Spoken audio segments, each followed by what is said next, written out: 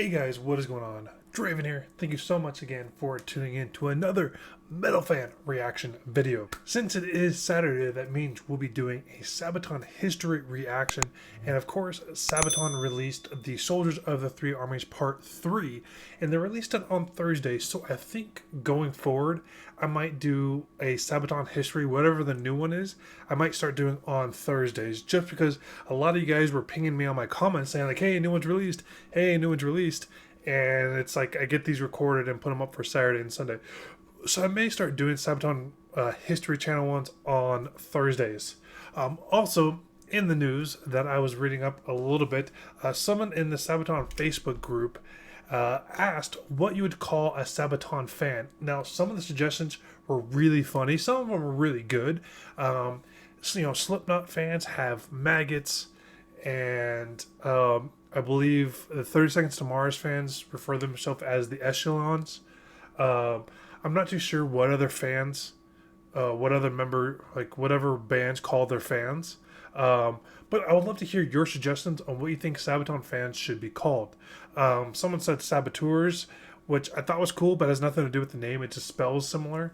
So a couple of the suggestions in the comment section on that Facebook group had some really good ones.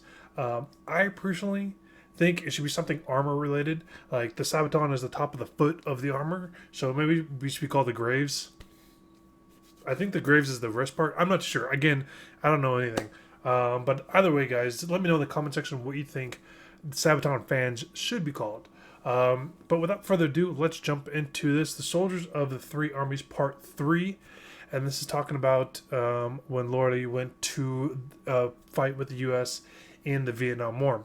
Also, real quick, guys, I appreciate everyone's comments and suggestions about my copy strike issue and reacting to live shows. I will do my best to do live show reactions. I just gotta be careful that I do not get a copyright strike again, because if I get 3, they completely delete the channel. So I technically have 1. So I just gotta be careful not to overdo it or push the boundaries. So we'll see which ones I'm able to do. I will try to do more, and I will try to keep it on the Sabaton channel. Last but not least, I did message Indy Nidell's group, the Ghost Army, whatever it's called. I did message him about setting him a headset, so we'll see if we hear something back. Today on Sabaton History. Part 3 of Soldier of Three Armies. Yeah. I love this intro, and I love like that one like I dance Patreon. Patreon. We are recording this over Skype because of the Corona thing going on, and yeah, that's why we're here right now. Regular business will resume as soon as possible. As soon as we possibly can. And for now, enjoy Part 3 of the saga of the Soldier of Three Armies. No! I don't want to get blocked again. How do you... No! I'll be so upset if this gets flagged, just this section right here. It was the whacking tour that got flagged. This is part 3 of Soldier of Three Armies. Now, this is episode, like parts 1 and 2, I am not filming at our studio in Bavaria. I'm filming in my home, in my living room in Stockholm, Sweden. And my friend Ryan is doing the camera. Say hi, Ryan. Hi, Ryan. It's still always funny. And our lighting is basically whatever lights we have from around my apartment. Okay, down to business. By the beginning of 1946, the world, on the surface, seemed to be finally at peace. But in reality, it was no safer place than before. The Second World War was over, sure, but the fragile alliance between the United States and the Soviet Union had fallen apart. Now, an iron curtain descended over Europe and soon separated the whole world into opposing ideological camps. Although Finland had once again preserved its independence, as we saw in parts 1 and 2, the Soviet Union was slowly clenching Finland tighter and tighter in its grip. The Finnish Communist Party, now heavily funded from the USSR, was growing. So I'm trying to figure out what Soviet agents operated freely throughout Finland. Lauri Törni was now 27 years old, a well-known and well-respected war hero from 2 wars. Okay, this is post World War II. The Valpo, the Finnish political secret police. The Valpo was by now firmly under communist control. There had been several roundups targeting decorated veterans, high officers, and politicians. They found themselves under investigation for war crimes on orders from Moscow. 1,500 Finns were found. So, something I wanted to point out, with this jacket, I believe for U.S. soldiers, the flag goes on the right arm. It's weird. I'm not used to seeing it on the left arm because it's supposed to be faced the other way. So if you look at an army shoulder uniform, the flag is on the right shoulder, and then the blue part is closest to you. So the blue part's facing forward. So it looks like it's backwards, but it's not. So it's weird that his jacket has it on the left side and it's facing forward. I'm not too sure if that's just a design, or if we just threw a patch on, or exactly what that is. Guilty in show trials. In April, the Valpo arrested Lauri Törni. No. His cooperation with the German secret police was the only thing the Valpo could actually pin on him, but they accused him of planning to overthrow the Finnish government. He was sentenced to 6 years in prison for treason. Not something to laugh It was at. not until December 1948 that Finland's now president Juho Paasikivi finally had the power to call off the witch hunts and pardon those who had suffered under them. Lauri Törni was a free man, but the country for which he had risked his life so many times had no place for him anymore. He was an ex-SS man, an ex-resistance fighter, and now also an ex-convict. Many of his old comrades had escaped the Valpo by fleeing to Sweden and from there across the world towards South America or the United States. Okay, that's New York. There were little Finnish communities abroad that helped other Finns escape. In the first half of 1949, Törni wrangled with the decision to leave. Finally, he packed his bags, took a friend's passport, and made for the Swedish border. There, he forced a taxi driver at gunpoint to drive over the border, and then Lauri Törni made a straight line for the Swedish immigration office. Once in Stockholm, he kept a low profile, and he even fell in love with a woman named Maria Palm. They were soon engaged and even planned their marriage. Maria actually traveled to Finland to get Törni's uniform and medals for the wedding ceremony. But Lauri Törni could not offer Maria a future, not in Sweden, where Soviet agents were still on his heels. He decided that he would make his way to the U.S., but his borrowed passport would not allow him entry there. So he headed for Venezuela first. In March 1950, Törni boarded a ship to Caracas, leaving... So, it got touch base a little bit, but there was a small Nazi force in South America. I believe it was Argentina where they found him, and it was believed that's where Hitler actually went instead. That's where Hitler went in World War II, and he didn't actually kill himself. I have not found any concrete evidence to support that, but there is a lot of like conspiracy theories and rumors and stuff like that. And I believe a lot of battles. I believe there were some World War II skirmishes that took place in South America. I could be wrong on that, but that'd be really interesting to know if that actually happened. So I think a lot of post-World War II stuff, a lot of Europeans went to South America. I believe this is kind of what it's talking about. But I think Venezuela, Uruguay, Argentina, Brazil, I think that was like a hub for World War II. I don't call them refugees, but people who were escaping like Europe post-World War II. Leaving behind the love of his life. In Venezuela, Törni met one of his old Winter War commanders who got him aboard a ship bound for the U.S. Off the coast of Alabama, Törni jumped into the sea and swam to the shore. Now he was in the U.S. Illegally, sure, but at least he was there. With barely enough English to make himself understood, he made his way to New York, where the Finnish-American community helped him with the immigration services. However, this was 1951, and Cold War America, starring Senator Joe McCarthy. The fear of communist spy rings and double agents in all walks of life was a hallmark of an age of deep paranoia. Once more, Törni's past caught up with him. In July 1951, the FBI arrested and interrogated Lauri Törni about his service in the Winter War, about the SS, about his prison sentence. Deportation seemed imminent, but at the last moment, a bill associated with the Lodge Act was pushed through Congress, allowing Törni and other persecuted foreign veterans to apply for citizenship through service in the U.S. Army. Lauri Törni filled out his Declaration of Intent and was sworn into the American Army. Since That's awesome. Most Americans had problems handling the name Lauri Törni, and as a way to make a fresh start, Lowry Törni became Larry Thorn. Now, the U.S. Army was specifically interested in Winter War veterans, and the reason for that is that they were experimenting with a new branch of service, the Special Forces. It was expected that if the Cold War with the Soviet Union suddenly got hot, large parts of Europe would be overrun by the Soviet Red Army. So battles would be fought behind the enemy's lines through espionage, reconnaissance, and sabotage. For that, they needed veterans who already had experience with such methods. Cross the water, a new start. War still beating in his heart. A new legend has been born. Started out as a wrestler, soon promoted well deserved. It's cool Vietnam footage. It's Special Forces. Yeah. By 1954, looks like the training video. Larry Thorn was now 35, nearly twice the age of most other recruits, but he was still in excellent shape. The hardest thing in boot camp was actually learning the English language. After cold English is weather hard. and mountain climbing training in Colorado, he was then sent to airborne school. Huh. By September, Thorn had passed all required tests and was accepted into the Special Forces at Fort Bragg. It was the beginning of the elite units known as the Green Berets, which we all know of, but whose mere existence then was still kept a secret. Fast forward to 1963, and post-colonial Vietnam was fought over between the Communist I North couldn't figure out where that and was. the American-supported South. North Vietnamese guerrilla fighters infiltrated the South, attacking both South Vietnamese and American forces.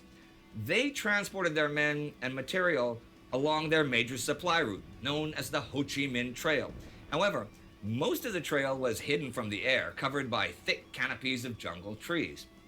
For someone to destroy the trail, they'd need boots on the ground.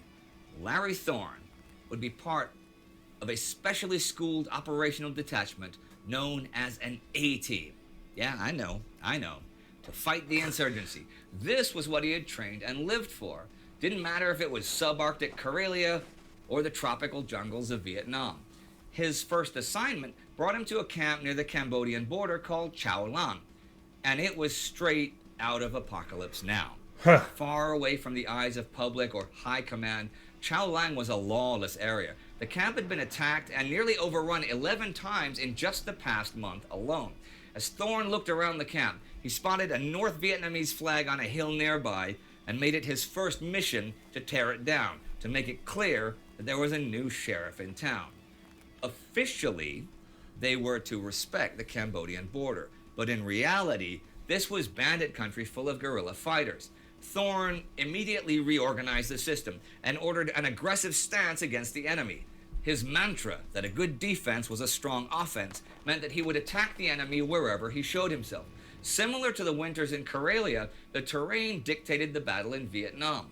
Brute force meant little inside the jungle. And once more, Thorn's daring and unconventional thinking showed results. He ambushed the ambushers and booby-trapped their supply routes. After his 180-day-long first tour in Vietnam had ended, he and everyone else in his team received the Purple Heart for wounds taken in battle, but they came back alive. Thorn was also awarded the Bronze Star for valor. Oh, nice. This would not be Thorn's only tour, though. American High Command wanted to deal the Ho Chi Minh Trail a crippling blow. This time, they planned on using small reconnaissance teams to infiltrate Laos, to locate Viet Cong supply Reminds me depots, of the mark them for air King of the Hill strikes. joke. But since operations in Laos were political dynamite, they needed the best of the best. Larry Thorn was top of their list. On October 18, 1965, 3 King B Special Forces helicopters made their way towards the Ho Chi Minh Trail. Larry Thorn was now 46 years old, and this time It's so he gnarly. was only there to make sure that the insertion would go as planned. The 3 helicopters moved forward, flying low above the treetops. But as they approached the landing zone, the weather went bad. Rain clouds hung like steamy curtains over the surrounding mountain ridges. He Thorn described was stories about to call really it all good. off, but then the weather cleared for a moment, and the men were dropped into the zone. Thorn's helicopter circled high above them. He chose to remain in place until the team leader gave the radio signal, but by then, the weather had turned again. A storm was approaching. The King Bee was an old model with outdated instruments. At first, they were headed north. Another helicopter trying to follow their radio frequency noticed that they suddenly made a 180-degree turn. Then they were gone. The King Bee had vanished. Reports that Thorn was missing reached headquarters soon after. 56 search and rescue missions were mounted, but they found nothing. No crash site, no radio contact, not a trace of what had happened. So Larry Thorn was listed as missing in action. It was assumed that the helicopter had crashed in the jungle and there were no survivors. A year later, on October 19, 1966, he was officially declared dead. He was posthumously awarded the Distinguished Flying Cross. Rumors, of course, circulated.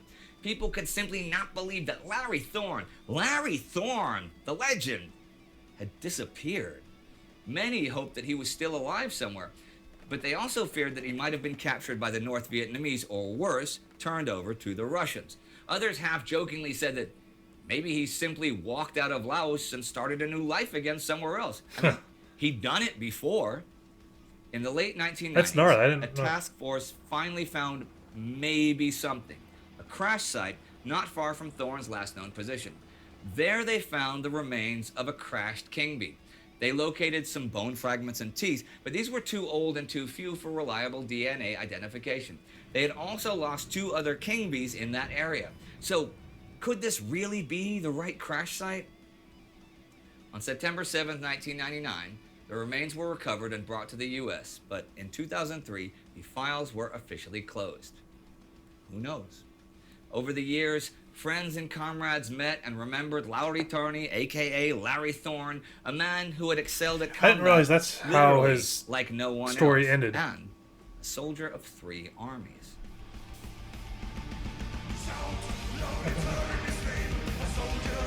I hope to see them, these guys live.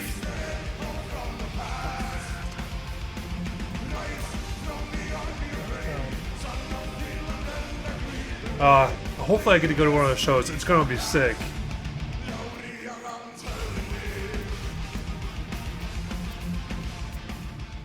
Now this is quite interesting because a few weeks ago we did Into the Fire with Para, and that's your only song that's about the Vietnam War, like the whole song, right?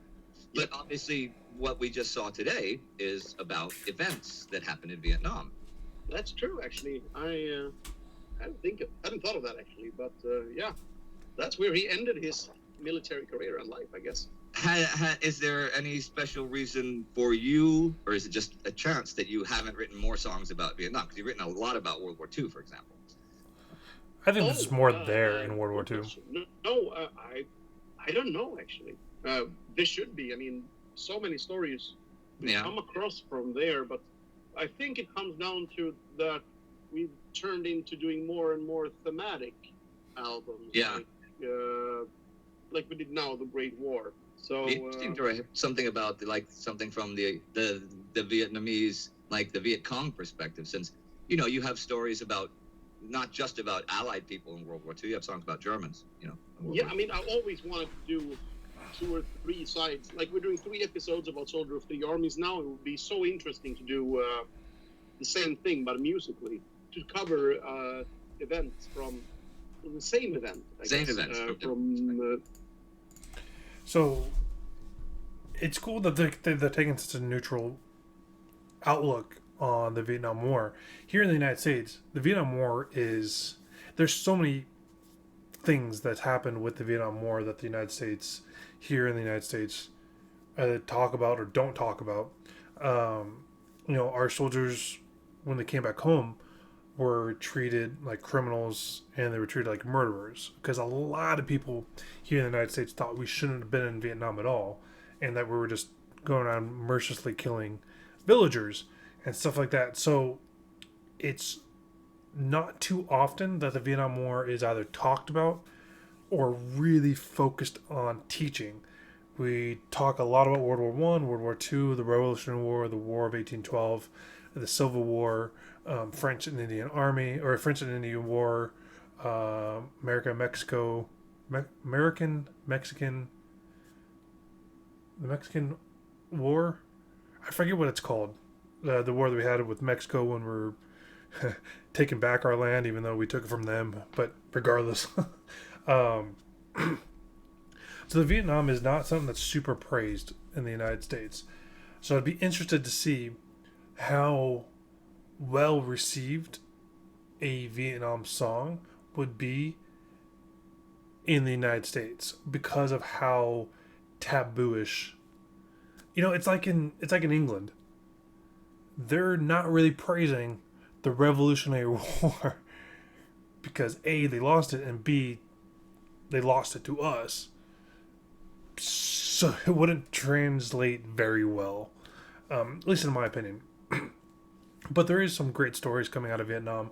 We Were Soldiers, excellent movie, extremely good book. We Were Soldiers and Young, I think, something like that. Excellent book, really good movie with Mel Gibson. So I'll be interested to see. From different perspectives would be really interesting musically, I guess. Well, And there's so much tie-ins you can do musically as well, you know? yeah. You could build the music as, or you could have the pre-chorus the same from both songs, but modulated. One could be in minor. That would be really creative. in That would be major really key, cool. So they're sort of hinting at each other.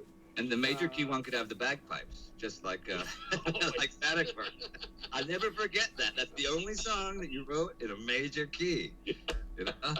Hey, but I did want to ask you about the actual song, because in the other episodes, we didn't really talk much about the songwriting or how it was constructed or who it was with. Was this something you started with lyrics and then did the music, or you had the song sitting around, or how did this work? I'm trying to figure out With the music, photo it's, that Indy Nidell has behind him. I was going to Falun, or hometown basically, and about to write some music. And I was planning to write with one of our old-time writing partners, and people kept canceling on me. So I thought, what the hell, I'll go to Falun anyway. And just on a whim, like 2 days before, I got in touch with Tuba. We decided that let's try and see if we can write a song together, you know? And maybe they don't know who Tobe is. Can you tell them? Yeah. So Tuba is our previous guitar player. He was in the band from 2012 until 2016, if I'm not mistaken. And this is in 2014. The thing with songwriters, I mean, I knew he could write music. He'd written stuff before, but you never know if you're compatible as songwriters. Sure. It's kind of a fond memory for me, this one, because it's on this song we found out that we are compatible as songwriters. I mean, it shouldn't be a surprise. We're almost the same age. We like the same kind of classical 80s hard rock and metal. It actually started with me and Tub not knowing where to start. And he started riffing in sort of I think we started with kind of the intro riff, and we modified it. It was a little bit too much Judas Priest. I mean, there's still a bit of Judas Priest in there today. What's wrong with Judas Priest? A great band, band we both love. Actually, it was a quick process and really nice. With their Did you tour, write the supposedly lyrics they're doing yourself, or songs did he together, help you with the lyrics later, or Sabaton was that and just Judas you or you Priest. and Per? Be excited to see how that goes. Alone, I think. Could be me and Pat, but I think I wrote this one myself. Actually, not sure. You're going to have to look it up in the credits, anyone who's watching this, if you want to know. So hopefully, like I mentioned, I'll see these guys live in October in Salt Lake. I'll let you know. And now we've just spent 3 episodes telling. Don't really want to buy stories on tickets our for the first obvious trilogy. reason, just in case they Thank cancel you very it. much once again for watching Sabaton History. Thank you very much, and see you next week. See you next week.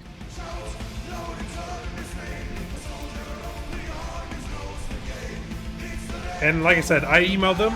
I want to send them a headset and just kind of introduce myself and let him know how much I've watched his stuff for Indy Nidell. It'd be cool if he gets a new headset. I'll definitely buy him a new one. Well, I get free ones. I'll send him a free one. All right. You know what's coming now? It's me asking you for money. So, money, give me all your money.